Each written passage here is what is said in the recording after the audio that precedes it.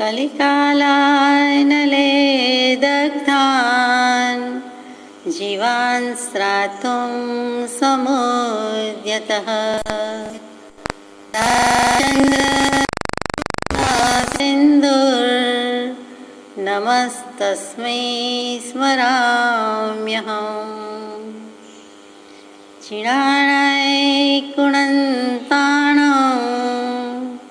सौवं पे मोक्षकारणम् सुन्दरमपि सबुद्धिये सौवभवनिबन्धनम् अज्ञानतिमिरान्तानां ज्ञानाञ्जनशलाकया चक्षुरुन्मीलितं येन तस्मै श्री गुरवे नमः। सत्श्रुतने नमस्कार, असीम उपकारी आत्माने नमस्कार, तारक त्रिपुटीने नमस्कार, महावित्रोने नमस्कार, महाविત્રો સમાન મુરબ્બીઓ મુમુક્ષુને નમસ્કાર। પરમ કૃપાળુ દેવ પ્રણીત વચનામૃતજી પત્રાંક 235 મુંબઈ ચૈત્ર સુદ 14 બુધ વિક્રમ સંવત 1947 તારીખ 22/4/1891। આ પત્ર પણ પરંપરા ચાલી આવી છે તે પરમ પૂજ્ય શ્રી સૌભાગભાઈને લખાયો છે। વિગતવાર પત્રથી એક થોડો ભાગ બાદ કરતાં બાકીનો ભાગ પરમાનંદનું નિમિત્ત થયો હતો। જે થોડો ભાગ બાદ કરતા છે તે ઈશ્વર અનુગ્રહે આપના હૃદયથી વિસ્મૃત થશે એવી આશા રહ્યા કરે છે। આખો પત્ર લખ્યો છે એમાં મોટા ભાગનો પત્રની વિગત કૃપાળુદેવ એમ લખે છે કે થોડોક ભાગ બાદ કરતા એટલે મોટા ભાગની વિગત પરમાનંદનું નિમિત્ત થયો હતો। એનાથી અમને પરમ આનંદ આવ્યો, આત્માનો ઉત્કૃષ્ટ આનંદ આવ્યો અને એમાં એ નિમિત્ત રૂપ તમારો પત્ર થયો, એનું લખાણ થયું। પરંતુ જે થોડોક ભાગ બાદ કરતા એ થોડોક ભાગ બાદ કરતા રૂપ છે।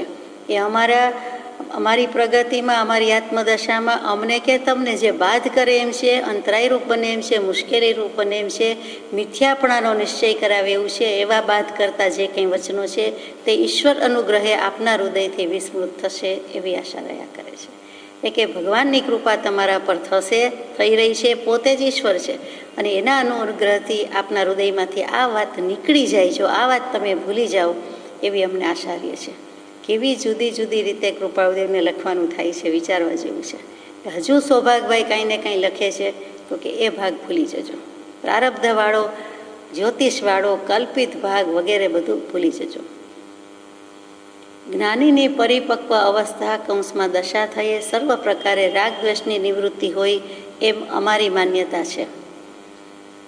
તથાપિ એમાં પણ કંઈ સમજવા જેવું છે એ ખરું છે, પ્રસંગે એ વિશે લખીશ। જો કૃપાળુદેવ જ્ઞાની છે, જ્ઞાની માને છે સૌભાગભાઈ, તો કહે છે કે જ્ઞાનીની પરિપક્વ અવસ્થા થયે રાગ દ્વેષની નિવૃત્તિ હોય એમ અમે સામાન્ય રીતે માનીએ છીએ। એટલે રાગ દ્વેષ ઓછા હોય તો એ પ્રમાણમાં જ્ઞાન ઓછું છે કે સુખ ઓછું છે। રાગ દ્વેષ સંપૂર્ણ નિવૃત્ત હોય તો જ્ઞાની પરિપૂર્ણ છે, પરિપૂર્ણ સુખી છે અને આનંદી છે। એ સીધી વાત છે। તો એ સિદ્ધાંતને કૃપાળુદેવે લખવો પડે છે તો વિચારવાનું છે કે પરિપક્વ અવસ્થા શું? જ્ઞાનીની પરિપક્વ અવસ્થા છે, કોઈ પણ ફ્રૂટ હોય, ફળ હોય, ફૂલ હોય તો એની પરિપક્વ અવસ્થા આપણે શું કહીએ? બરાબર વિકસતું હોય, વિકસ્યા પહેલાં કળી વિકસતું જતું હોય, ખીલતું જતું હોય, ઉગતું જતું હોય ત્યારે હજી કાચું છે કહીએ છીએ, હજી થાય છે કહીએ, અને પછી બરાબર પાકું થઈ જાય, જે એની મેળે ખરી પડે એવું પાકું થઈ જાય એટલે કે પરિપક્વ કહેતા કર્મો ખરી પડે એવી પાકડતા, એવી પ્રૌઢતા, એવી પુખ્તતા, એવી ગંભીરતા, યાને કે પૂરેપૂરી, પૂર્ણપણે એટલે પૂર્ણ દશા કેવી છે? પરિપક્વ અવસ્થા એમાં પણ જ્ઞાનીની એટલે બીજું કાંઈ નથી પણ પૂર્ણ દશા છે। એ દશા આવે ત્યારે તો રાગદ્વેષની નિવૃત્તિ હોય એ સીધી વાત છે, અથવા બીજી રીતે રાગદ્વેષ નિવૃત્ત થાય ત્યારે એવી દશા આવ્યા વિના રહેતી નથી। પણ શરૂઆતમાં દશા કીધી છે, પહેલાં રાગદ્વેષ વગેરે કશાય છે, મોડા પડે છે, મંદ પડે છે, ઉપશમ થાય છે, પછી ક્ષીણ થાય છે એટલે નિવૃત્તિ અને જ્ઞાનીની પરિપક્વ અવસ્થા। પરિપક્વ અવસ્થા એટલે સમાધિના ઘણા બધા પ્રકાર કયા હોય?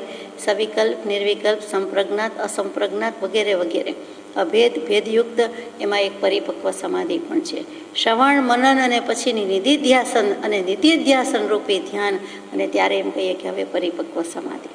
અને સાદી ભાષામાં સમજવું હોય તો કોઈ પણ વસ્તુની, કોઈ પણ વાતની કંઈ પણ ઈચ્છા ન થવી એ પૂર્ણ જ્ઞાનનું લક્ષણ છે. એ કૃપાળદેવના પછીના પત્રોમાં આવે છે. એમની જ વ્યાખ્યા છે કે પૂર્ણ જ્ઞાન શું, તો ત્યાં કેવળ જ્ઞાન નહીં કહી દીધું, પણ પૂર્ણ જ્ઞાનનું લક્ષણ શું, પરિપક્વ જ્ઞાનનું લક્ષણ શું, પરિપક્વ સમાધિનું લક્ષણ શું, તો કે કોઈ પણ ઈચ્છા ન થવી. કોઈ પણ વસ્તુની હોય એમાં વસ્તુ કહેતા બધું આવી જાય છે. તે કંઈ ઈચ્છા ન થવી એ જ્ઞાનનું, પૂર્ણ જ્ઞાનનું લક્ષણ છે. હા ઈચ્છા દુઃખમૂલ, જબ ઈચ્છા કા નાશ તબ મીટે અનાદિ ભૂલ. એટલે ઈચ્છા, આશા, અપેક્ષા એવું કાંઈક રહ્યું છે ત્યાં સુધી જીવને દુઃખ છે. તરત એમ થાય આ સંતોષાઈ, આ અધૂરી સંતોષાઈ, આ જરાક સંતોષાઈ, તરત આપણે માપતોલ જોખવા બેસીએ. એ કરવા જેવું નથી. તો સૌભાગબાઈને જુદી જુદી રીતે કૃપાળુદેવ માટે સર્વસંગ પરિત્યાગનું પૂછવું લખવું છે અને રાગદ્વેષની નિવૃત્તિનું કેવું છે. કેમ કે ડુંગરસિંહભાઈ ગોસાળિયા એવું માને છે કે ગમે તેવા હોય કૃપાળુદેવ, જ્યાં સુધી કોઈને પણ દેહ છે, કાયા છે, ત્યાં સુધી તો માયાનું સંભવિતતા છે. કાયા છે તો માયા છે, અસ્તિત્વ છે.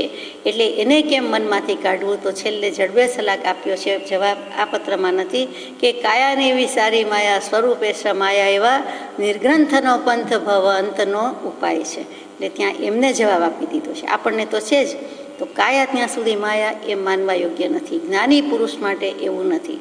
એને જુદી જુદી રીતે લઈએ.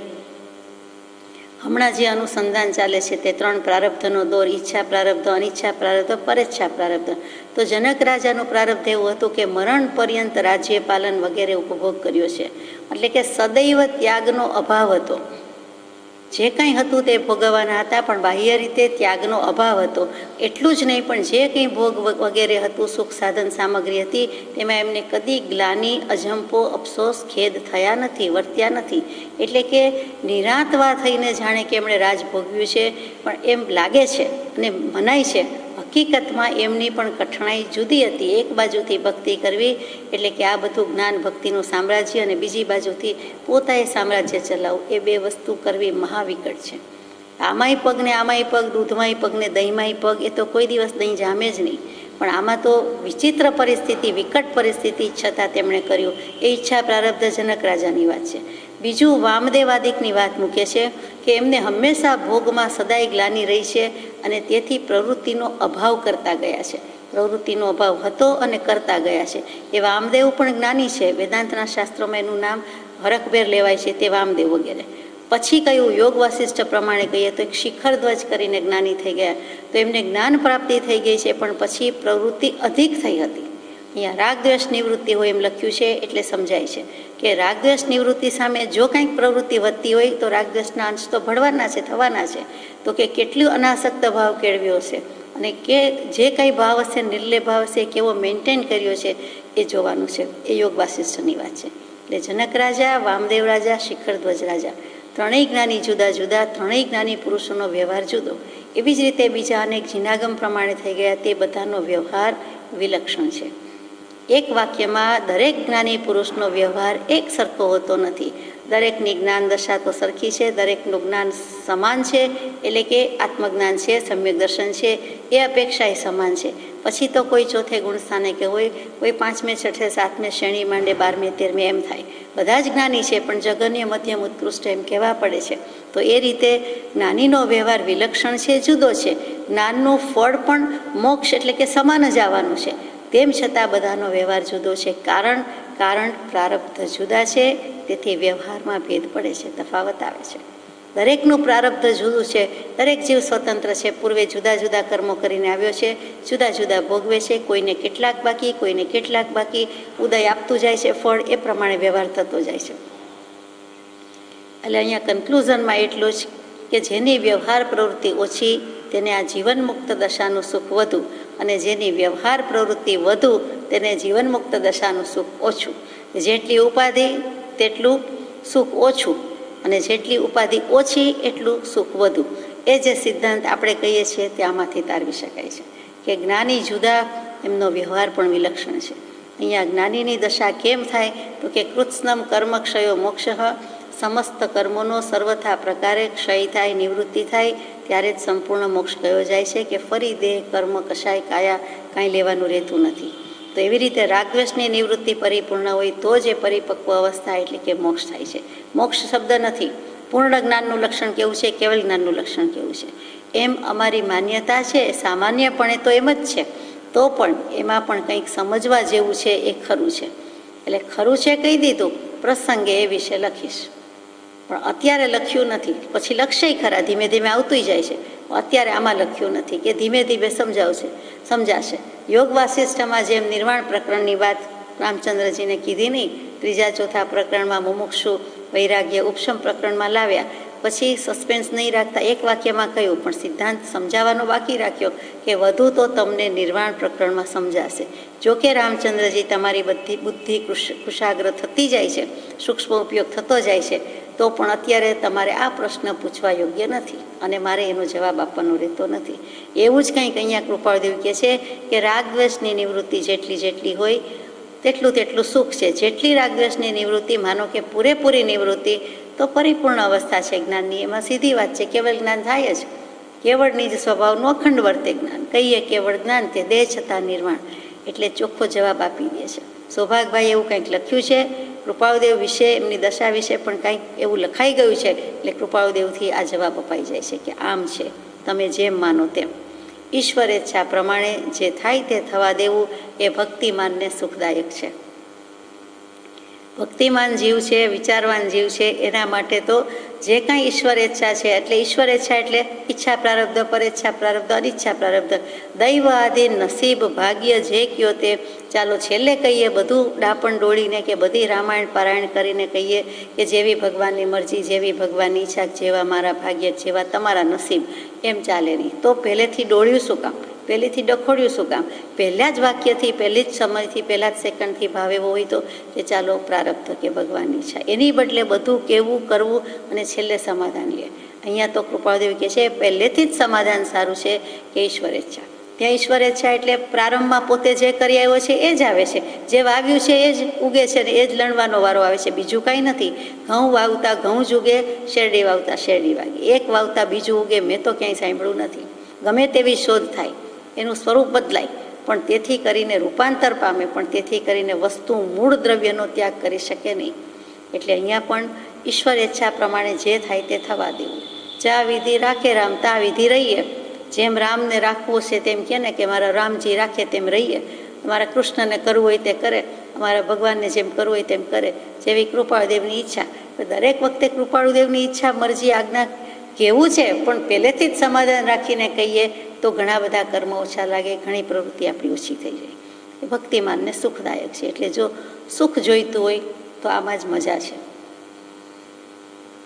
અહીંયા ઈશ્વર ઈચ્છા ઉપર આવે એટલે 5 સમવાયમાં જાણે દૈવ, ભાગ્ય, નસીબને વધારે મહત્ત્વ અપાઈ જતું એમ લાગે. હકીકતમાં એમ નથી, પણ દરેકની દશા પ્રમાણે જવાબ લખાતા હોય એટલે મૂક્યું હશે કે જે છે તે અમારે પ્રારબ્ધ ભોગવ્યા વિના છૂટકો નથી.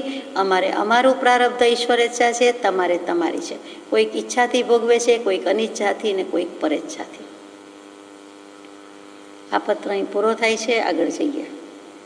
પત્રાંક 236, મુંબઈ, ચૈત્ર સુદ પૂર્ણિમા, ગુરુ, વિક્રમ સંવત 1947, તારીખ 23/4/1891. સુગ્નભાઈ શ્રી અંબાલાલ એટલે ખંભાતવાસી અંબાલાલભાઈને પત્ર લખાયો છે. અહીં કુશળતા છે. તમારું કુશળ પત્ર સંપ્રાપ્ત થયું. રતલામથી વળતા તમે અહીં આવવા ઈચ્છો છો તે ઈચ્છામાં મારી સંમતિ છે. ત્યાંથી વિદાય થવાનો દિવસ ચોક્કસ થયે અહીં દુકાન પર ખબર લખશો. અંબાલાલભાઈ અત્યારે રતલામ એટલે ઇન્દોર, ઉજ્જૈનથી લગભગ 100 કિલોમીટર દૂર અને MP મધ્યપ્રદેશમાં પહોંચેલા છે. એટલે કંઈક એમના વ્યવસાય સંબંધી ગયા છે. ત્યાંથી કહે છે કે તમારે વળતા આવવું હોય તો મુંબઈ રોકાવું હોય, ઉતરવું હોય તો એ ઈચ્છામાં મારી સંમતિ છે. આવજો એમ નથી લખતા, તમારી ઈચ્છા છે ને મારી સંમતિ છે. આજ્ઞા છે, અનુજ્ઞા છે, પરવાનગી છે, મને કંઈ વાંધો નથી. આપણી ભાષામાં નો પ્રોબ્લેમ. કંઈ આવશો તો પ્રોબ્લેમ થવાનો નથી. આવો તો ફાઇન એમ નથી કહેવું, પણ આવો તો પ્રોબ્લેમ નથી. ત્યાંથી વિદાય થવાનો ચોક્કસ થયે અહીં દુકાન પર ખબર લખશો. એટલે જણાવજો ખરા, ઇન્ફોર્મ કર્યા વિના આવતા નહીં. એ જમાનામાં પણ લખ્યું છે કે જે દિવસ નક્કી થાય કે ત્યાંથી વિદાય થાવ છો, ટ્રેનમાં નીકળો છો વગેરે, તો અહીંયા અમને જરૂર ખબર આપજો.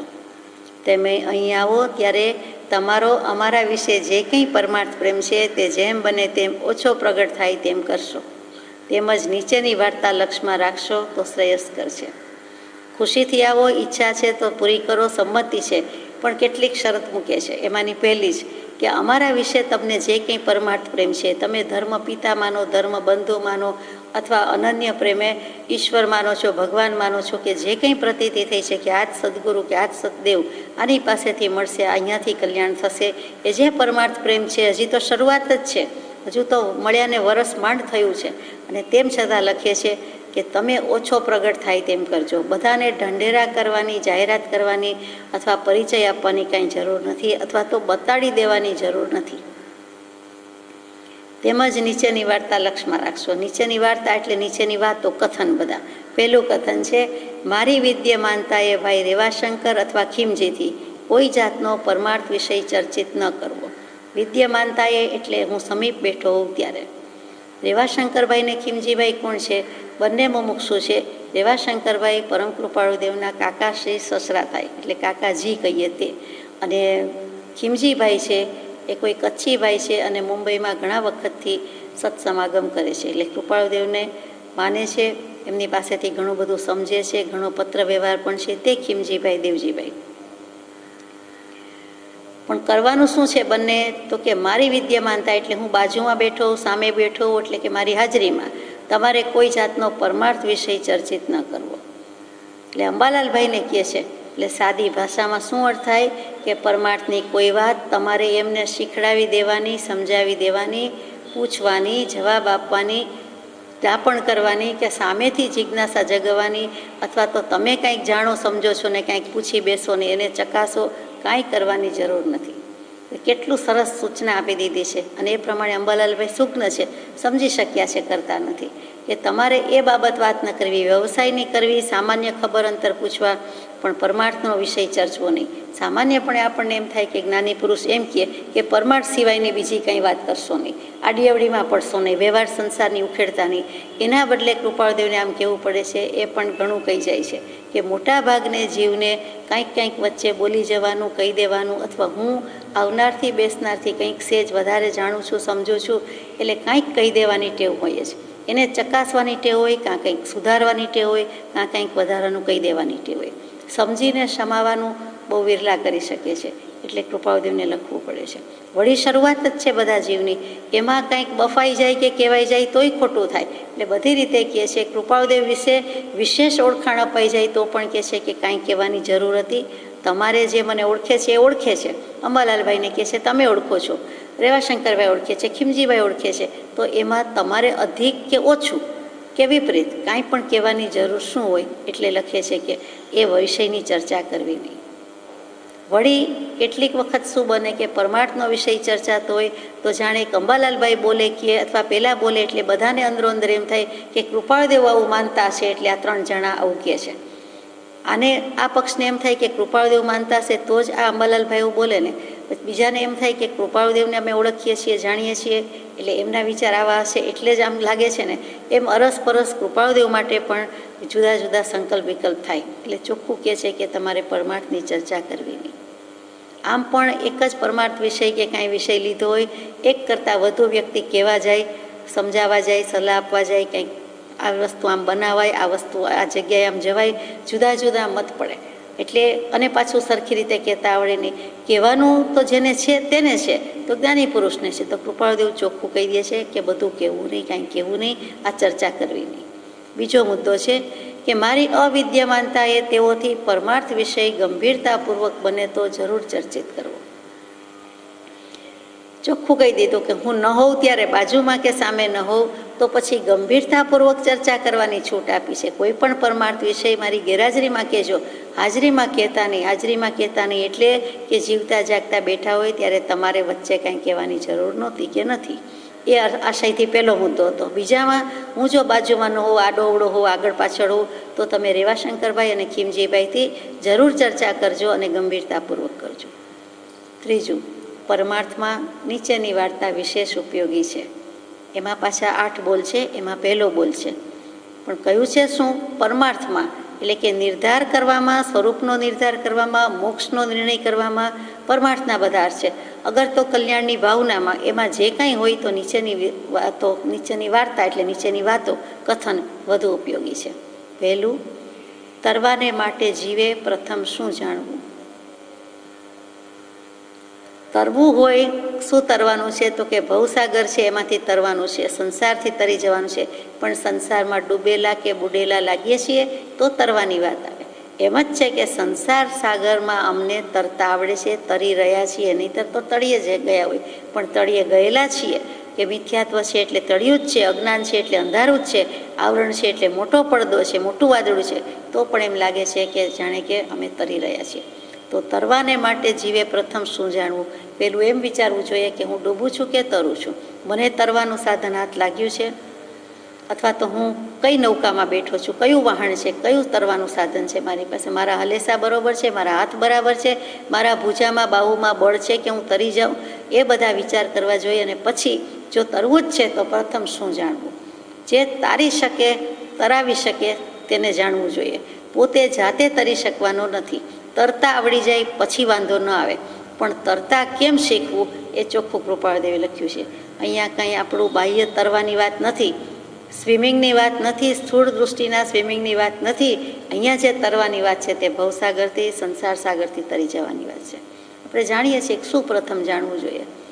તરવું છે તો શું જાણવું જોઈએ કે જે કોઈ તારી શકે એમ હોય તારનારને જાણવું જોઈએ કે અહીંયાથી આ તરી જવાયની પદ્ધતિ અથવા તો બોધપાઠ કે લેસન્સ મળશે.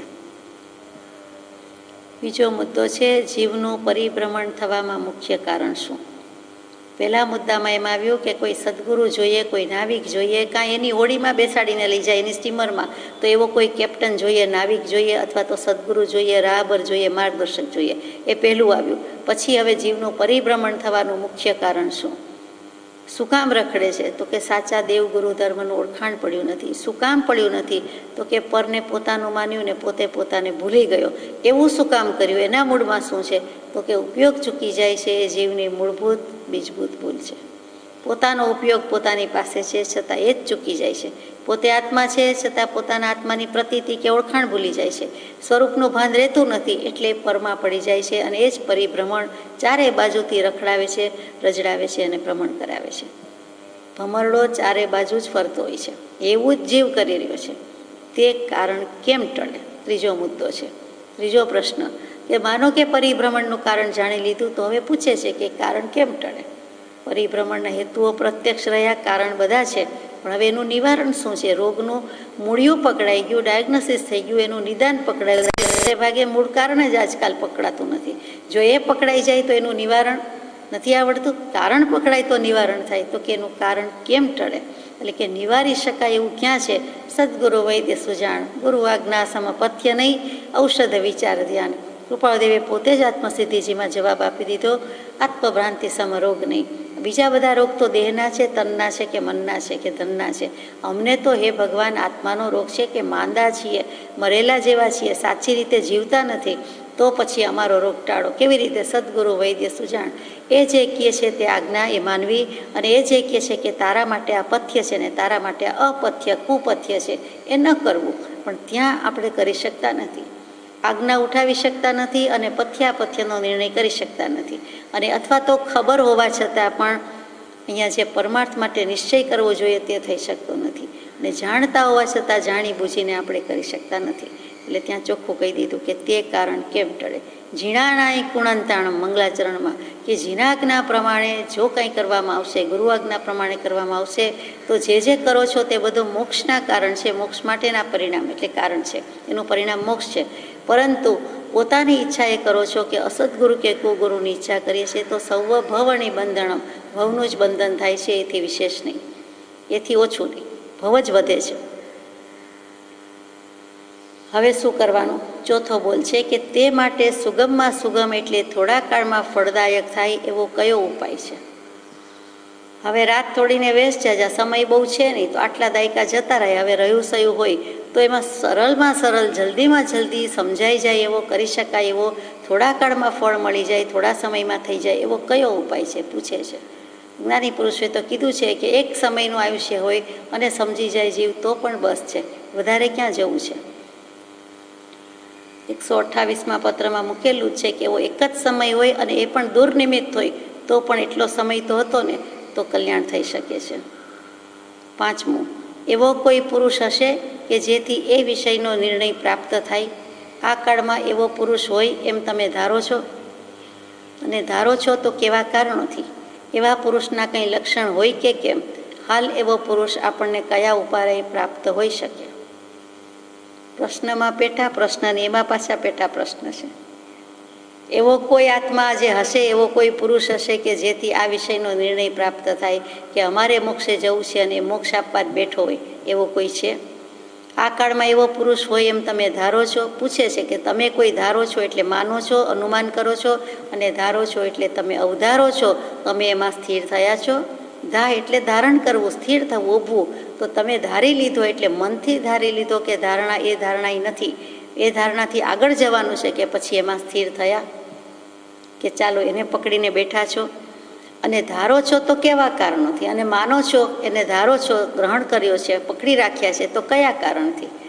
તમને એવી પ્રતીતિ આવી છે, તમને એવી પ્રીતિ લાગે છે, તમને એવો શ્રદ્ધા, એવો વિશ્વાસ સંપાદન કર્યો છે કે થશે તો અહીંથી થશે. એવા પુરુષના કંઈ લક્ષણ હોય કે કેમ? એ પુરુષ ઓળખાય કે કેમ? કેવી રીતે ઓળખાય? દેખાવમાં તો સાકર અને મીઠું, એમાં એકદમ દળેલી સાકર હોય ને એકદમ મજાનું હવે વ્હાઈટ આવતું હોય એવું મીઠું હોય, કાંઈ ખબર પડે નહીં. લેબલ લખ્યા હોય તોય ઘણીવાર ખબર ન પડે, મોંમાં મૂકીએ તો જ ખબર પડે. એટલું બધું આપણે જાણીએ છીએ. એમાં જો લેબલ બદલાઈ જાય તો ખલાસ, અથવા તો હાથ બદલાઈ જાય તો ખલાસ. એવું જ કંઈક આમાં છે કે આ સદગુરુ કે આ સત્પુરુષ એના લક્ષણ હોય કે કેમ? એના કંઈ દેખાતા ચિહ્નો હોય છે? હાલ એવો પુરુષ આપણને કયા ઉપાયે પ્રાપ્ત હોઈ શકે? માનો કે બધાનો જવાબ હા હા હા છે. એવો કોઈ પુરુષ હશે કે જેથી નિર્ણય થાય? હાજી. આ કાળમાં એવો કોઈ પુરુષ હોય એમ ધારો છો? હાજી, અમે તો કૃપાળુદેવ ધારીએ છીએ. ધારો છો તો કેવા કારણોથી? અહો સત્પુરુષના વચનામૃત મુદ્રા સત્સમાગમ, તે જોતા લાગે છે કે આ પુરુષ ચોક્કસ એવો છે. તો એવા પુરુષના લક્ષણ એવા કંઈ હોય કે કેમ? તો કે નજીક આવવાનું બને અથવા એમનો ઉપયોગ હોય એ અસંગ લાગે તો ખબર પડે. નિર્વિકલ્પ ઉપયોગની પ્રતીતિ થાય તો લક્ષણ દેખાય. બીજા પણ કેટલાક લક્ષણ છે તે દેખાય. આત્મજ્ઞાન, સમદર્શિતા, વિચરે, ઉદય પ્રયોગ, એ બધા લક્ષણ હોઈ શકે છે. એવા પુરુષને આપણે કયા ઉપાયે પ્રાપ્ત હોઈ શકે? આપણને કયા ઉપાયે પ્રાપ્ત હોઈ શકે? હવે એમાં વિચાર કરવાનો છે કે માનો કે હોય બધું હા કહ્યું, તો હવે આપણે શું ઉપાય કરવો જોઈએ કે જેથી આપણને મળી શકે? 6થો પ્રશ્ન છે, જો અમારા સંબંધી કંઈ પ્રસંગ આવે તો પૂછવું કે મોક્ષ માર્ગની અમને પ્રાપ્તિ છે, એવી નિશંકતા તમને છે? ફરીથી, અમારા સંબંધી કંઈ પ્રસંગ આવે એટલે કે મારી કંઈ વાત નીકળે તો સાદી ભાષામાં તો મોક્ષ માર્ગની એમને પ્રાપ્તિ છે, એટલે કે કૃપાળુદેવને મોક્ષ માર્ગની પ્રાપ્તિ છે, મોક્ષે જઈ શકે તેમ છે, સદગુરુ છે, સત્પુરુષ છે, પરમાત્મા છે. મોક્ષ માર્ગની પ્રાપ્તિ છે એટલે પરમાત્મા જ છે. સમ્યક દર્શન, સમ્યક જ્ઞાન, સમ્યક ચારિત્ર, એ 3થી મોક્ષ માર્ગ છે. રત્નત્રયની પ્રાપ્તિ છે. તો કે એવી નિશંકતા તમને છે? તે પુરુષ તો કહે છે કે અમને છે, કૃપાળુદેવ તો કહે છે અમને છે, પણ તમને એવું લાગે છે? તમને એવી દૃઢતા છે કે પછી હજી શંકા, વેમ, ભય, જરા સળવળ થાય છે? અને સેજ પણ હોય તે કરવા જેવો નથી, ત્યાં સુધી વસ્તુ બને નહીં. સેજ પણ હલતી વસ્તુ હોય, સ્થિર ન હોય તો પછી એમાં કાંઈ થાય નહીં, આપણે જાણીએ છીએ. એટલે કે કીડો શંકાનો કે ભયનો સેજ પણ સળવળતો હોય તો કૃપાળુદેવ લખે છે કે જ્ઞાનતઃ શંકા નહીં સ્થાપ, જ્યાં શંકા ત્યાં ગણ સંતાપ, જ્ઞાનતઃ શંકા નહીં સ્થાપ. એટલે કોઈ દિવસ શંકા લાવવી નહીં. અને માનો કે એવી નિશંકતા કે દૃઢતા છે તો શું કારણો લઈને? એવા શું કારણ છે કે તમને એમ લાગે છે કે આ પુરુષ મોક્ષે લઈ જાય તેવો છે? પ્રવૃત્તિવાળી દશામાં વર્તા હોય તો પૂછવું કે આ વિશે તમને વિકલ્પ નથી આવતો? હવે પ્રવૃત્તિ નિવૃત્તિની જ હમણાં ચાલે છે વાત. રાગ દ્વેષની પ્રવૃત્તિ નિવૃત્તિ અને પછી બંધ મોક્ષની જે વાત છે તે, એટલે કે કર્મોની બંધ નિવૃત્તિ. તો કે તો પૂછવું કે એ તો પ્રવૃત્તિમાં બેઠા છે, વ્યવહારમાં વ્યસ્ત છે, એ તો પરિવારમાં છે, એ તો કુટુંબ કબીલામાં છે, તો એમાં તમને કોઈ દિવસ વિચાર નથી આવતો, એટલે વિકલ્પ નથી આવતો કે એ પુરુષ મોક્ષ માર્ગના દાતા હોય? એમને સર્વ પ્રકારે નિસ્પૃહતા હશે કે કેમ? એ બધી રીતે સ્પૃહા વિનાનો પુરુષ હશે, નિર્મોહી હશે, વાત લખે છે, કહે છે, ગાય છે, બોલે છે, પણ પત્રોમાં આપણને કહે છે, પણ એ પુરુષ જર ઝવેરાતનો ધંધો કરતા હોય તો એમને ઓછો થયો, વધારે થયો, અથવા તો આ મોંઘું છે આજે લોક કરી દઈએ, એવું કાંઈ નહીં થતું હોય તો પ્રસંગ આપણે જાણીએ છીએ. રોજબરોજની દૈનંદિની તો એક એક પ્રસંગની ખબર ન હોય, પણ જે નોંધાયું છે જાણીએ છીએ કે ખુલ્લી ઝવેરાતની પેટી અને સિગ્રામમાં જતા હોય અને ઊંચા નીચું થતું હતું અને એમાં લોક નહીં કરેલું, એટલે કોઈને આપણા જેવા બેઠેલા મુમુક્ષુને વિચાર આવ્યો કે આ બધું પડી નહીં જાય રસ્તામાં, તો કે એ રહેવાનું હશે તો રહેશે, નહીં પડી જાય, એ આપણું હશે તો નહીં જાય, અથવા એ કાંઈ આમ જુઓ તો આપણું છે જ નહીં ધન, એ પૃથ્વીને થયેલા ગુમડા છે, વિકાર છે. ધન, પૈસો, રૂપિયા, નોટ છે શું? હીરા, મોતી વગેરે છે શું? એકેન્દ્રિય બેન્દ્રિય જીવ છે, અથવા તો પૃથ્વીમાંથી ઉત્પન્ન થયા, ખાણમાંથી નીકળ્યા, દરિયામાંથી નીકળ્યા, અથવા તો એમ જ કોઈક મેનમેડ હોય જે બધા પ્રેશિયસ જેમસ્ટોન્સ, તો કે હકીકતમાં શું છે? તો કે એ બધો પૃથ્વીને થયેલા ગુમડા છે, વિકાર છે. લોહી પરવું પાછ ગમતું નથી, તેવું જ કોઈને કોઈ રીતે કલરફુલ સ્ટોન છે, એમાં જીવ શું મોહાય છે? એક પ્રકારના પથરા જ છે. પાંચિકામાં પણ જો મોહ રહેતો હોય કે એક સરખા છે, ગોળ છે કે ચોખ્ખા છે, કે કેટલાક હોય તો જ ફાવે, કેટલાક વાગે એવા હોય, તો એ બધું જેમ છે તેમ જ આ હીરા, મોતી, જે કાંઈ પથ્થર છે તે એની શું કિંમત છે, એમ કૃપાળદેવે લખ્યું છે, કીધું છે. અહીંયા આપણને સમજાવે છે કે એ નિષ્પૃહતાથી વર્તતા હશે તો એમણે જ પોતે 222માં પત્રમાં લખ્યું કે અમારું ચિત્ત તો એટલું બધું નિષ્પૃહ છે અને છતાં જગતમાં અમે સસ્પૃહ તરીકે વર્તીએ છીએ. એ કળિયુગની કૃપા છે. આ કળિયુગ છે એ લોકો, સમાજ, વ્યવહાર અમને એમ જ ઓળખે છે કે આ પુરુષ ધંધો કરે છે, અમે ધંધો કરતા નથી, અને કરીએ છીએ તો અમે જ્ઞાન દર્શન ચારિત્રનો સોદો ને વ્યાપાર કરીએ છીએ, મોક્ષની વાત કરીએ છીએ, મોક્ષથી રમીએ છીએ. એ પથરા કયો, પાના કયો, બધું અમારું મોક્ષ ને મોક્ષ છે. એટલે રત્નત્રયના વ્યાપારી હતા, પણ લોકોએ સામાન્ય વ્યાપારી, ઝવેરાતના વેપારી ગણ્યા, અને ઝવેરાત પણ આત્માનું ઝવેરાત હતું. એમને વિશે કોઈ જાતનો સિદ્ધિ જોગ હશે કે કેમ? કૃપાળુદેવ જેવા પૂછે છે કે લોકો શું માને છે? રેવાશંકરભાઈ, ખીમજીભાઈ અને ત્રીજા અંબાલાલભાઈ, એમ લાગે છે કે આ પુરુષ પાસે અત્યારે લબ્ધિ સિદ્ધિ પ્રગટી છે.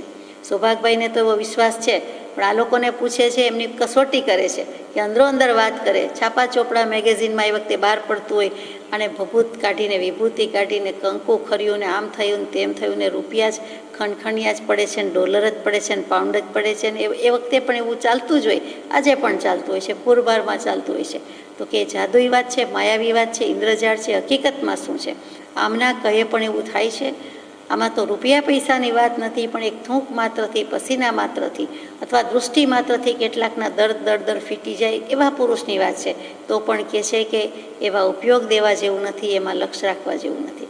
અહીંયા ચાઈને પૂછે છે કેમ કે પરીક્ષા છે, કસોટી છે, કે આ ત્રણ એવી વાત કરે છે કે કેમ, અથવા ત્રણ શું માને છે. કોઈ એમ પણ કહી દે કે હોય તો ચમત્કાર કર્યો જ હોય ને, કાંઈ એવું હોય નહીં, એમ પણ કહી દે. એટલા માટે પૂછાયું લાગે છે. 7મો બોલ છે, સત્પુરુષની પ્રાપ્તિ થયે જીવને માર્ગ ન મળે એમ બને કે કેમ? હવે જો સત્પુરુષ છે એમ પ્રતીતિ છે, એની પાસે બધું છે એમ થાય, અને એનામાં આસ્થા, વિશ્વાસ, શ્રદ્ધા મૂક્યા હોય, તો પછી જીવને માર્ગ ન મળે એમ બને? પૂછે છે, બને કે કેમ? અને એમ બને તો તેનું કારણ શું? અર્થાત એમ બને છે કે માર્ગ નથી મળતો, તો એનું કારણ શું છે? તેમાં કંઈ સત્પુરુષનો વાંક તો નથી. એટલે સત્પુરુષના પક્ષે તો 100% માર્ક્સ મળી ગયા કે જીવને પ્રતીતિ છે કે એ સત્પુરુષ છે, છતાં માર્ગ ન મળે એટલે ઓળિયો ઘોડિયો વાંક પોતાનો જ આવ્યો, શિષ્યનો આવે છે. અને એમ ન બને તો તેનું કારણ શું? કે જો જીવની અયોગ્યતા જણાવવામાં આવે તો તે અયોગ્યતા કયા વિષયની? માનો કે જીવ અયોગ્ય છે, અપાત્ર છે, પાત્રતા નથી, અધિકારીપણું નથી, તો અયોગ્યતા લખ્યું છે. તો અયોગ્યતા કયા વિષયની? અયોગ્યતા એમણે અવતરણ ચિહ્નમાં શબ્દ મૂક્યો છે. આપણે યોગ્યતા કહીએ તે અયોગ્યતા, એ પણ બરોબર કે યોગ્યતા અયોગ્યતાની વાત છે. અને બીજું કયા વિષયની અયોગ્યતા? એટલે કે શિષ્યના પક્ષે કંઈક ખૂટે છે તે અયોગ્યતા, કે શિષ્યના પક્ષે બધું છે, ગુરુના પક્ષે બંને છે, પણ બંને હાથ ભેગા થતા નથી, એટલે તાળી વાગતી નથી, અનુભવની તાળી વાગતી નથી, આત્માનું ઓળખાણ થતું નથી. આ બાજુ શિષ્ય તૈયાર છે, આ બાજુ ગુરુ તૈયાર છે, પણ એ બે સમકક્ષ અથવા તો યોગ્ય બંનેની જે યોગ્યતા છે એ ભેગી થતી નથી, એટલે ગુરુને શિષ્ય મળતો નથી, ત્યાં શિષ્યને ગુરુ મળતા નથી. બંને જીવો જુદા જુદા તો વિચરે છે, પણ બંને ભેગા ન થાય તો એ પણ યોગ થયો નહીં, એટલે ત્યાં યોગ્યતાનો અર્થ યોગ થતો નથી, પાટો બાજતો નથી, મેળ પડતો નથી, એ બંનેને મિલન થતું નથી કે સંયોગ મેળાપ થતો નથી. એ પણ અર્થ થાય અને પેલો પણ અર્થ થાય. એટલે કૃપાળદેવે લખ્યું બંને અર્થ થાય છે કે જો જીવની અયોગ્યતા જણાવવામાં આવે તો તે અયોગ્યતા કયા વિષયની છે, શિષ્યના પક્ષે કંઈ વાંધો છે કે પછી સત્પુરુષના પક્ષે, તો કે માનો કે બેયના પક્ષે વાંધો નથી, પણ બંનેનો ભેટો થતો નથી. ગુરુ આમ વિચરે છે અને શિષ્ય આમ વિચરે છે, બંને મળે અથવા તો પત્ર વ્યવહાર કરે તો કંઈક થાય. 8મો પ્રશ્ન છે, ખીમજીને પ્રશ્ન કરવું કે તમને એમ લાગે છે કે આ પુરુષના સંગે યોગ્યતા આવીએ તેની પાસેથી જ્ઞાન પ્રાપ્તિ હોય.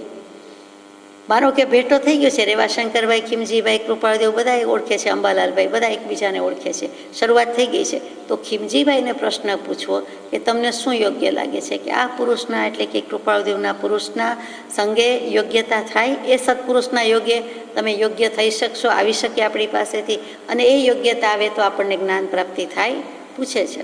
યોગ્યતા આવે તો જ્ઞાન પ્રાપ્તિ તો થાય જ, સવાલ જ નથી. જ્યાં યોગ્ય થયા ભેટો થયો ત્યાં જ્ઞાન તો પ્રાપ્ત થાય, એટલે પૂછાવ્યું છે. હવે કૃપાળદેવ પોતે શું કહે છે કે રેવાશંકરભાઈ ને ખીમજીભાઈમાં શું છે એ પણ વાત આવશે. રેવાશંકરભાઈમાં કઈ વસ્તુ વધારે છે, ખીમજીભાઈમાં કઈ વધારે છે, આ વગેરે વાર્તા પ્રસંગ પ્રાપ્ત કરી ચર્ચવી. આ બધા કથન પ્રસંગ પ્રાપ્ત કરી ચાન્સ મેળવવો, પછી અમારે ભેટો જ ન થયો, અમારે બેસવાનું જ ન થયું, અમારે મળવાનું જ ન થયું, મેં વાત જ ન કાઢી, એણે વાત જ ન ઉચ્ચારી, એમ ચાલે બાલે નહીં. એટલે ચોખ્ખું લખે છે કે આ વાર્તા પ્રસંગ પ્રાપ્ત કરવો એ ગમે ત્યાંથી ચાન્સ લઈ લેવાનો છે, અવકાશ શોધવાનો છે, એ પછી એવા બહાના ન ચાલે. એમ કરીને પાછું ચર્ચવી, ખાલી મૂકી દેવું એ ભાઈ નહીં કે પૂછાવ્યું છે તો આપણે એક વખત પૂછી જોઈએ, આગળ નહીં જવાનું, તો ચર્ચા કરવી. એક એક વાર્તાનો કંઈ નિર્ણાયક ઉત્તર તેમના તરફથી મળીએ, બીજે પ્રસંગે વાર્તા ચર્ચવી. એક જે કાંઈ 8-10 વિધાન લખ્યા છે એમાં એક એક વચન એની વાત થતી જાય, એટલે પછી એક વચન ઉપર કાંઈ કન્ક્લુઝન આવે, કાંઈક ગ્રહણ કરવા જેવી વાત આવે, ખાલી દલીલ નહીં, તર્ક નહીં, ટપાટપી નહીં, વાદ વિવાદ નહીં, પણ એમ થાય કે બરોબર છે, આ વાત ગળે ઉતરી એટલે બીજી વાત કાઢવી, બીજી ગળે ઉતરે એનો કંઈક જવાબ આવે, સારરૂપ વાત થાય એટલે ત્રીજી. આ પણ કોઈ એડવોકેટ કે લોયરે આપણને આવું ન સમજાવી શકે, કહી શકે. આ તર્ક શક્તિ, આ દલીલ શક્તિ, અથવા તો જે શિષ્ય આમ કરવું, ગુરુએ આમ કરવું, આ કૃપાળદેવે કેવા સુપ્રીમ કોર્ટના જજ તરીકે લખ્યું એમ લાગે. એમ જ છે, પોતે પરમાત્મા છે, એટલે આવી કલમ આપે છે, એનો જવાબ શું હોય, એની દલીલ શું હોય, એનો તર્ક શું હોય, બધું જ લખે છે.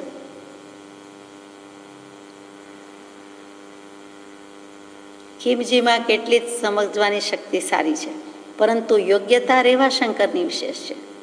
સમજ કરવાની શક્તિ, સમજણ શક્તિ એટલે કે જે ગ્રાસ્પિંગ કહીએ, ગ્રહણ શક્તિ કહીએ, અથવા વસ્તુ શું કહેવાય છે અને એને સારી પેઠે સમજી શકે, કોઈને કોઈ કારણે પૂર્વ સંસ્કાર, શાસ્ત્ર અભ્યાસ, જ્ઞાનનો ક્ષયોક્ષમ, એટલે જે કયો તે એ રીતે શક્તિ સારી છે, પરંતુ યોગ્યતા કોની છે તો કે રેવાશંકરની વિશેષ છે. રેવાશંકરને અત્યારે યોગ્યતા વધારે છે, એટલે કે કૃપાળદેવને એ સમ્યક પ્રકારે ઓળખી ગયા છે અને એ યોગ્ય જીવ છે. કાકા સસરા છે એ તો એક બાજુ છે, એ ઓળખાણ હતી, વ્યવસાયમાં પડવું પડ્યું, એ બધી જુદી વાત છે, પણ અત્યારે એ વધારે યોગ્યતા તેની છે. ખીમજીભાઈ ઘણા વખતથી પત્ર વ્યવહાર કરે છે, ઘણા વખતથી સત્સંગ કરે છે, સમજવાની શક્તિ સારી છે. કોઈક વખત ખીમજીભાઈનું તો નામ છે આપણા માટે સમજવાનું છે, કેટલીક વખત જો સવાલના જવાબ મળી જતા હોય, અથવા તો કેટલીક વખત જે કંઈ પોતાના મનમાં શંકા કે પ્રશ્ન છે એનું સમાધાન થાય અને પોતાને ગળે ઉતરી જતું હોય પોતાની સમજણ શક્તિને કારણે, અથવા પોતે જે મત માને છે તે પ્રમાણે જવાબ આવતા હોય તો એને ગમે, પણ પછી હંમેશા એ જ અપેક્ષા કે સ્પૃહા રહ્યા કરે. પણ હવે કૃપાળુદેવે કંઈ કહ્યું તો એ પ્રમાણે કરવું, કાંઈ છોડવાનું કહ્યું તો છોડી દેવું, ગ્રહણ કરવાનું હોય તો ગ્રહણ કરવું. એમ કહ્યું હોય કે હવે તમારે આ કરવા યોગ્ય નથી તો ના પાડી દેવી, નહીં કરવી, એવું કાંઈ કરવું નથી. આચરણમાં આજ્ઞા ઉઠાવવામાં જોઈએ એવું નથી. સમજવાની શક્તિ સારી છે, આમ અર્થ થાય. અને એ વાત મોટે ભાગે લાગુ પડે છે. આપણા ભવ પરિભ્રમણ ઊભું રહ્યું એનું મુખ્ય કારણ એક જ છે કે કોઈએ જોઈએ તેવી આજ્ઞા નાની પુરુષ મળ્યા તો ઓળખ્યા નહીં, ઓળખ્યા તો પણ એની આજ્ઞા કરવા જેવી છે તો પણ શિરોમાન્ય કરી નથી, આજ્ઞા ઉઠાવી નથી. અને કાંઈક કરવા ગયા તો એક વાક્ય, પહેલું વાક્ય કે અડધું પડધું કરવાનું, પછીનું નહીં કરવાનું. એટલે ત્યાં તરત જ મનમાની આવી જાય, સ્વચ્છંદ આવી જાય, મન કી મરજી આવી જાય. અને ત્યાં આપણું મન પોતાનો સંસાર ઊભો કરે છે, પ્રપંચ ઊભો કરે છે, અને તેથી કરીને ભવ પરિભ્રમણ ઊભું ને ઊભું રહ્યું છે એવું લાગે છે. યોગ્યતા જ્ઞાન પ્રાપ્તિ માટે બહુ બળવાન કારણ છે. જ્ઞાન પ્રાપ્ત કરવું, અહીંયા જ્ઞાન એટલે આત્મજ્ઞાન છે. શાસ્ત્ર જ્ઞાન, માહિતી જ્ઞાન તો જડ પદાર્થ પણ આપી શકે એમ છે, પણ જીવને હજુ એનો જ મોહ છે. આપણે બોલીએ છીએ તો પણ કાંઈક પ્રશ્ન, કાંઈક દલીલ, કાંઈક વર્ણન, એ જો શૈલીથી જવાબ આપવામાં આવે તો એ ગમશે. પણ ખરેખર આત્માનું જ્ઞાન કેમ પ્રાપ્ત થાય, મારે બીજું કાંઈ જાણવું, સમજવું નથી, એવો ભાવ ભાગ્યે જ કોઈને આવે છે. તો યોગ્યતા જ્ઞાન પ્રાપ્તિ માટે બહુ બળવાન કારણ છે. એટલે રેવાશંકરભાઈની યોગ્યતા વધારે હોવાથી એ જ્ઞાન પ્રાપ્ત કરી જાય એમ છે. ખીમજીભાઈ સાથે આટલો પત્ર વ્યવહાર છે, તેમ છતાં આટલો સત્સંગ છે, તેમ છતાં એ જ ખીમજીભાઈને એક પુસ્તક હાથમાં આવી ગયું હતું તો એમને થયું કૃપાળુદેવ આથી વિશે શું કહેવાના હોય ને શું બીજું હોય, આમાં ઘણી બધી ફૂલ ઓફ ઇન્ફોર્મેશન છે. એટલે લઈને ગિરનાર પર જતા રહ્યા ઘણા દિવસ સુધી કયા કાર્યા વિના, અને એમ કે હું વાંચી લઉં. અને કેવું તો કે પહાડ પર પર્વતની ગુફામાં, એટલે કોઈ જલ્દી આવે જ નહીં, કોઈ એપ્રોચ કરી શકે નહીં, એટલી અસંગતા. પણ વાંચીએ, જાણી લીધે કંઈ કલ્યાણ કે મોક્ષ થઈ જાય છે એમ તો નથી. એ પછી સમજાયું, કૃપાળુદેવે સમજાવ્યું. એ જ ખીમજીભાઈને એટલા માટે લખવું પડ્યું કે શાસ્ત્ર જ્ઞાનથી નિવેડો નથી, અનુભવ જ્ઞાનથી નિવેડો છે. એ જ ખીમજીભાઈને લખ્યું કે મર્મ તો સત્પુરુષના અંતરમાં રહ્યો છે, શાસ્ત્રમાં માર્ગ કયો છે, પણ મર્મ તો સત્પુરુષના અંતરાત્મામાં રહ્યો છે. એટલે ખીમજીભાઈને કીધું છે એ જ આપણને કયા બરોબર છે. એટલે આપણે આ વાત ફરી ફરી દોહરાવીએ છીએ, સમજવાનો પ્રયત્ન કરીએ છીએ. ઉપરની વાર્તામાંથી તમને જે સુગમ લાગે તે પૂછવી. હવે આટલી જે ઉપરલા બધા પોઈન્ટ્સ લખ્યા છે એમાંથી તમને જે સહેલું પડે, સરળ લાગે તે પૂછવી. સુગમતા એકેની ન હોય તો એકેય ન પૂછવી. તમે પોતે જ સમજી શકતા ન હોય, સૂઝબૂઝ ન હોય તો પૂછવાનું રહેવા દેજો. તેમ આ વાર્તાનો પ્રેરક કોણ છે તે જણાવવું નહીં. આ વાર્તા, આ તમને કોણે પૂછવાનું કીધું છે, આ પ્રેરણા કોણે કરી છે, કોણે સળી કરી છે કે કોણે ઇન્જેક્શન આપ્યું છે, કૃપાળુદેવે, તો એ કહેવાની જરૂર નથી. અને આ ભૂલ બાળકો તો કરે પણ મોટાએ વધારે કરતા હોય. પોતાને ડાયા માનનારા ખાસ કહે, પોતે જ છટકી જવું હોય એટલે તરત કહે કે આમણે આમ કહ્યું હતું એટલે આમ કરવાનું છે, આ આમ કહેતા હતા, આમણે આમ કહ્યું હતું, અથવા તો આમ હું નથી કહેતો, મને આવું કહેવામાં આવ્યું હતું. એમ જે આપણે છૂટી જઈએ છીએ ઘણીવાર, અથવા કે કહ્યું હોય કે આ વાત આ પ્રકારે ન કહેતા, આણે કીધી છે એમ નથી કહેવાનું, તો ખાસ કહેવા જઈએ કે જો બીજા કોઈને કહેતો નથી પણ તમને એક વાત કહ્યા વિના રહેવાતું નથી, તમે મારા અંગત છો, આત્મીય છો, તો કહી દઉં કે આ પ્રમાણે હતું, એ ભાઈ કે એ બેન અથવા આ વ્યક્તિ આમ કહેતી હતી કે આમ અભિપ્રાય હતો. એટલે તરત જ વાંધો પડી જાય. તો પછી એવું કહેવાનું નથી કે કૃપાળુદેવે પઢાવીને મોકલા છે, આવું બધું શીખડાવીને ભણાવીને મોકલા છે, અથવા અમને આવી આજ્ઞા છે, એ કહેવાની જરૂર નથી. આવું કૃપાળુદેવને લખવું પડે છે.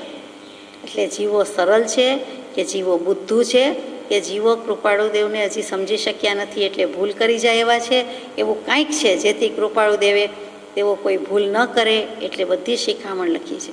જેમ આપણે છેલ્લે યાદ કરાવતા હોઈએ છીએ કોઈને કે બધું લીધું, બધું સાથે લીધું, પરીક્ષા આપવા જતા હોય તો પેન પેન્સિલ લીધા કે કેમ, એને લગતી જે કાંઈ સામગ્રી હોય તે લીધી કે કેમ, છેલ્લે કે છે સેલફોન સાથે છે કે કેમ, ઘડિયાળ છે કે નહીં, એ જે બધી 2-5 વસ્તુ યાદ કરીએ, પાસપોર્ટ છે કે નહીં, ટિકિટ સાથે છે કે એમને બેસી ગયા, એ અતિ અગત્યની અનિવાર્ય સાધન સામગ્રીની યાદ કરાવીએ.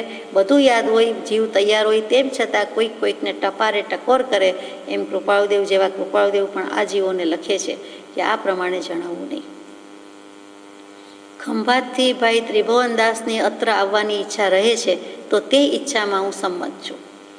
એટલે કંભાલાલભાઈને કહે છે કે તમે પણ આવો, અને ખંભાતથી ત્રિભુવનદાસ માણેકચંદ એમને પણ આવવાની ઈચ્છા છે, ભાવ છે, મન છે, દિલ છે, તો ભલે આવે, તેમની ઈચ્છામાં હું સંમત છું.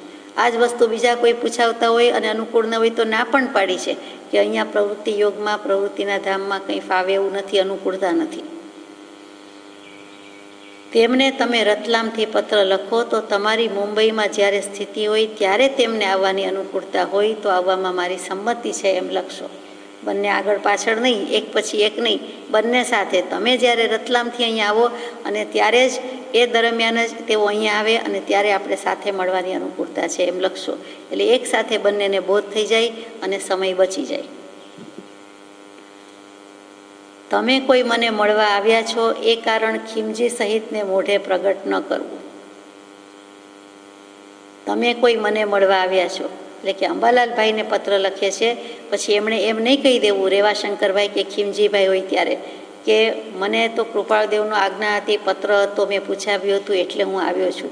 એવું કાંઈ મને મળવા આવ્યા છો, સ્પેશિયલ મળવા આવ્યા છો, સમાગમ થાય એટલે આવ્યા છો, એ તો કહેવાનું જ નથી. બીજા કામે નીકળો તો અને સાથે થતો જાઓ અથવા આવ્યો છું એવી વાત રાખવાની છે. અને આવું વ્યવહારમાં તો બધા કરતા જ હોય છે એટલે સમજી શકાય છે, આમાં ન સમજાય એવું કાંઈ નથી. તો કે એના ખીમજી સહિત એટલે કે રેવાશંકરભાઈ અને ખીમજીભાઈને મોઢે પ્રગટ ન કરવું. કોઈ અહીંયા આવવાનું વ્યવહારિક નિમિત્ત હોય તો જરૂર તે ખીમજીને મોઢે પ્રગટ કરવું. તમે કોઈ લગ્ન પ્રસંગે આવ્યા, કોઈ ખરીદીમાં આવ્યા, કોઈ તમારા વ્યાપારની આડતને કારણે આવ્યા, એવું કંઈ પણ કારણ હોય, કોઈના ખબર પૂછવા આવ્યા, બોમ્બે છે એ જમાનાનું 120 વર્ષ પહેલાંનું, કોઈ હોસ્પિટલમાં હતું, કંઈ નિદાન કરાવ્યા આવ્યા, એ વ્યવહારની ઉપાધિનું જેટલું વર્ણન જે કરવું હોય તે કહેજો કે આ વ્યવહારિક નિમિત્ત હતું, તે એને મોઢે કહેવામાં વાંધો નથી, પણ મને મળવા આવ્યા છો એ કહેવાની જરૂર નથી. આ બધું લખવું પડે છે. તેનો ઉદ્દેશ માત્ર આ એક પ્રવૃત્તિ યોગ છે. કઈ પ્રવૃત્તિનો યોગ છે? તો કે આ વ્યવસાયમાં બેઠા છીએ એટલે વ્યસ્ત અને ત્રસ્ત છીએ, અમે ઉપાધિમાં છીએ, અમે મોક્ષ માર્ગની વાતો કરવા નીકળેલા નથી, અમે નિવૃત્તિ લઈને બેઠા નથી. આ પ્રવૃત્તિ યોગ છે એટલે ત્યાં પ્રવૃત્તિ નિવૃત્તિની વાત આવે છે. ઈશ્વર ઈચ્છા બળવાન છે અને સુખદાયક છે. આ પત્ર વારંવાર મનન કરવા જેવું છે. વ્યવહારિક રીતે આ જે બધા સવાલ જવાબ કર્યા છે તે કે આવું આવું પૂછવું, આવું કહેવું, આવી રીતે પૂછવું, આશય માર્યો જવો ન જોઈએ. ઉદ્દેશ સાફ સુથરો રાખવાનો છે, ભાવ જરાય મોડા રાખવાના નથી, પણ જેમ છે તેમાંને સમજીને તમારી સૂઝ પ્રમાણે કરજો, સમજીને કરજો, સમજવાની શક્તિ લાવજો. આ બધું લખવું પડ્યું છે. હવે વિચાર થાય કે મનન કરવા જેવો છે એટલે શું છે? તો કે પ્રવૃત્તિ યોગ છે. તો પ્રવૃત્તિ અને નિવૃત્તિ શું? તો કે જે અગાઉ હમણાં પત્રમાં આવ્યું કે રાગ દ્વેષની પ્રવૃત્તિ જ્યાં સુધી છે ત્યાં સુધી કલ્યાણ કે સુખ આગવું છે કે ઓછું છે. જેટલા અંશે રાગ દ્વેષની નિવૃત્તિ તેટલા અંશે સુખની માત્રા વધુ. તો રાગ દ્વેષ કરે છે કોણ? કેમ કે નીચે છેલ્લું વાક્ય છે આ પત્રનું કે વારંવાર ઉગે છે કે અબંધ બંધનયુક્ત હોય. તમે શું ધારો છો? વિનીત રાયચંદના પ્રણામ. વારંવાર વિચાર આવ્યા કરે છે. એક બાજુ રાગ દ્વેષની વૃત્તિ સામે વિચાર આવે છે, બીજી બાજુ કે અબંધ બંધનયુક્ત હોય એટલે અબંધ એવો આત્મા, આત્માને કાંઈ બંધ હોય, આત્માને કર્મ લાગેલા છે, કર્મનો બંધ છે, તો બંધનયુક્ત કેવી રીતે હોય? તમે શું ધારો છો? એ બંને પ્રશ્નો સાથે લઈએ કે રાગ દ્વેષ કરે છે કોણ? આપણે કહીએ આત્માને તો કર્મ લાગે જ છે એટલે તો એ બંધાયેલો કહીએ છીએ, સંસારમાં બંધાયેલો કહીએ છીએ, સંસાર છે એટલે તો આત્માને સંસારી કહીએ છીએ. તો સંસારમાં બંધાયો છે હકીકત છે, પણ શુદ્ધ નિશ્ચય નહીંથી એમ પણ કહેવાય છે કે આત્માને કાંઈ બંધ લાગતો નથી. બંધ મોક્ષ બધું આત્માને ક્યાં છે? આત્મા ક્યાં બંધાય જ છે? તો આત્મા બંધાતો નથી? આપણને પ્રશ્ન થાય. અને કેવી રીતે બંધાય છે? દેખીતા દોરડા નથી, કંઈ કર્મના ઢગલા થપ્પા દેખાતા નથી, કરી શકાતા નથી, કોઈ એવું ગામ આવ્યું નથી, સ્પેશિયલ શોધાયું નથી, તો કર્મ આત્માને લાગે છે કેવી રીતે? એટલે પૂછાવ્યું છે એટલે આપણે કહેવાનું છે. તો પહેલાં રાગ દ્વેષની વાત કે રાગ દ્વેષ જે કરે છે એટલે કે કર્મ બાંધે છે તે કોણ? તો કે જીવ, સંસારી જીવ. એનો અર્થ જ એમ કે કેટલાક જીવ એવા છે કે એને રાગદ્વેષ થતા નથી ને એને કર્મ બંધ થતો નથી. એટલે બે વાત આવીને ઊભી રહી કે કેટલાક જીવને કર્મ બંધાય છે, કેટલાક જીવને કર્મ બંધાતા નથી. એટલે વસ્તુનો જવાબ છે પણ આવ્યો અને નથી પણ આવ્યો, અપેક્ષાએ આવ્યો. તો સંસારીને કર્મ બંધ છે અને મોક્ષે ગયેલાને કર્મ બંધ નથી, આ બિલકુલની વાત આવી. સર્વથા કર્મ બંધ છે, સર્વથા કર્મ બંધ નથી. પછી અંશે હોય એનું શું? તો કે એક કોઈ દડો છે તે ફેંકીએ છીએ તો ઘી તેલની ચિકાસની જેમ ગંદામાં ગંદુ બધું ચોંટાડ્યું હોય અથવા ચોંટી જાય છે, એમાં ઢપ પડે છે, પહેલાં ટચ થાય છે ને પછી સામે ફેંકીએ છીએ તો એ ખરડાયેલો છે અને એ પ્રમાણે બધી ગંદકી ચોંટે છે, સામી ભીતને ચોંટે જ છે. અને એક દડો એવો છે કે એને એવી કોઈ ગંદકીમાં, અશુચિમાં, ચિકાસમાં ટચ કરાવતા નથી, એ લાગતું નથી, કોરી સૂકી રહેતી છે અને તેમાંથી સીધો એ દિવાલ પર જાય છે તો એને કાંઈ જ સ્પર્શ્યું નથી હોતું. ઘણીવાર તો એક પરમાણુ જેટલું નથી સ્પર્શ્યું હતું. આપણને ખબર છે એટલે લાગે કે ધૂળવાળો કહેવાય કદાચ, અથવા તો રેતીવાળો થયો, હકીકતમાં દેખાતું નથી, લાગતું નથી. તો એક જ વસ્તુ એક જ ઘટના બને છે છતાં આટલો ફેર છે. તો એવું જ સંસારીનું છે કે મોહાસક્ત છે, કે એ રાગદ્વેષ કરે છે, ભાવ કરે છે, તો એનો દડો એ ચિકાસવાળો છે, એટલે એને કર્મનો બંધ થાય છે. અને વૈરાગી છે, ઉદાસીન છે, પરમ ઉદાસીન છે, એવા જીવોને કર્મ બંધ લાગતો નથી. તેમનું આત્મતત્વ અકબંધ, અણિશુદ્ધ, અડીખમ ઊભું છે. એટલે કે વિકેટ પડતી નથી, પહેલાંને કર્મની વિકેટ પડી જાય છે, લાગતી જાય છે. આને કંઈ થતું નથી, એ આઉટ થતો નથી, એ હેમ કેમ પાર ઉતરી જાય છે. એટલે કે રાગ દ્વેષ સાક્ષીમાં નથી, સંસારીમાં છે. રાગ દ્વેષ આત્મામાં નથી, સંસારીમાં છે. એટલે કે વેદાંતની પરિભાષા જે વિચાર સાગર નામનો ગ્રંથ નિશ્ચલદાસજીએ લખ્યો, બહુ મજાનો છે. તો મૂકે છે કે વિશેષ્ય અને વિશેષણના સંબંધથી વિચારો.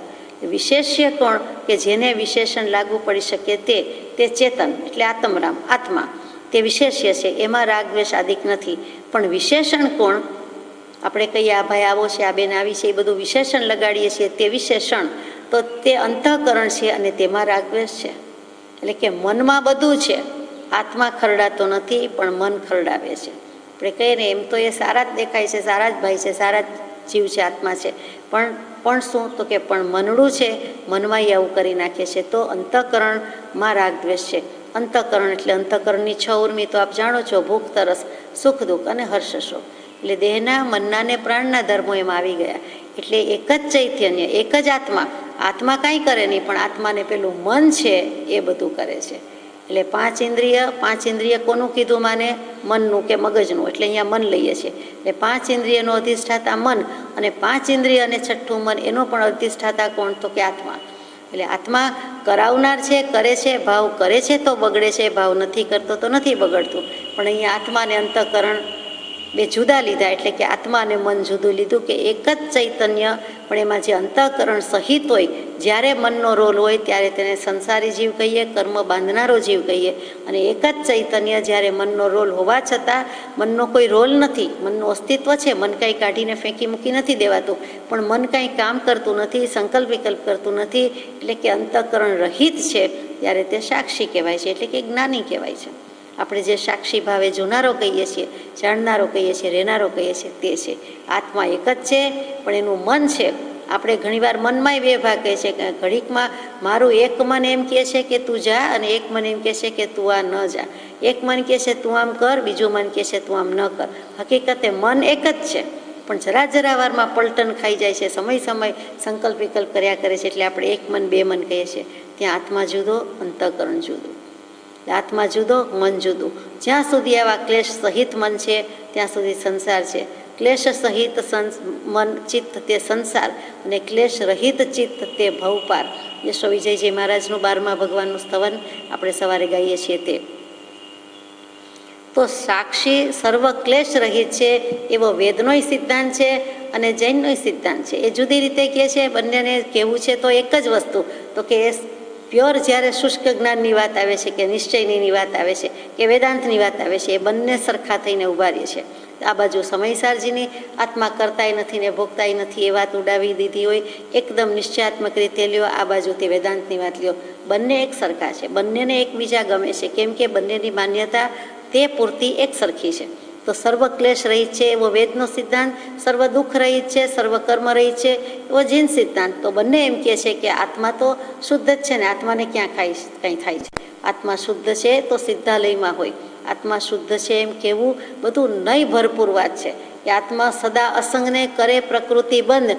તો આત્માની શુદ્ધિ છે, પણ ઉત્પાદ વે દ્રવ્ય યુક્તમ સત, તો જે કાંઈ થાય છે તે પર્યાયમાં થાય છે. એમ જૈન દર્શને પછી સમાધાન કર્યું કે આત્મા કે દ્રવ્ય એ તો અખંડ છે, શુદ્ધ છે. આત્મા પ્રદેશ વધઘટ થતા નથી, બગડી જતા નથી, સુધરી જતા નથી. જેમ છે તેમ એનું સ્વરૂપ છે.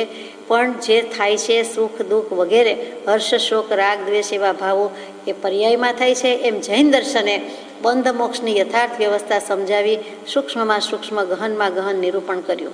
બીજા દર્શન તે કરી શકતા નથી. એટલે કૃપાળુદેવ લગોલગ લઈ જાય છે વેદાંત દર્શન, વિતરાગ દર્શન, પણ પછી કહી જ દે છે કે એ યથાર્થ વ્યવસ્થા જે જીનાગમમાં છે તે બીજે નથી.